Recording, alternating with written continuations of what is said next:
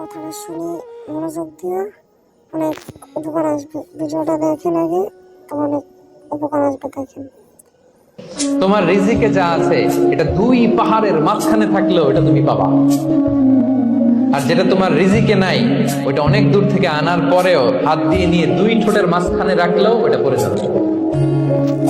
কথা বুঝতে পেরেছেন?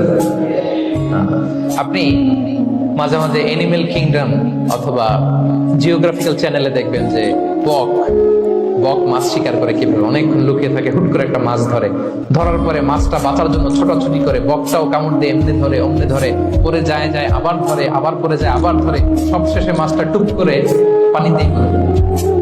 কারণ এটা ওর নসিবে নাই। কি বলেন? এটা রিজিকে নাই। যেটা রিজিকে আছে ওই মাউন্ট এভারেস্টের উপরে থাকলো এটা আপনার কাছেই আসবে, যেটা রিজিকে নাই দুই ঠোঁটের মাঝখান থেকে ওটা পড়ে যাবে। বুঝতে পেরেছেন?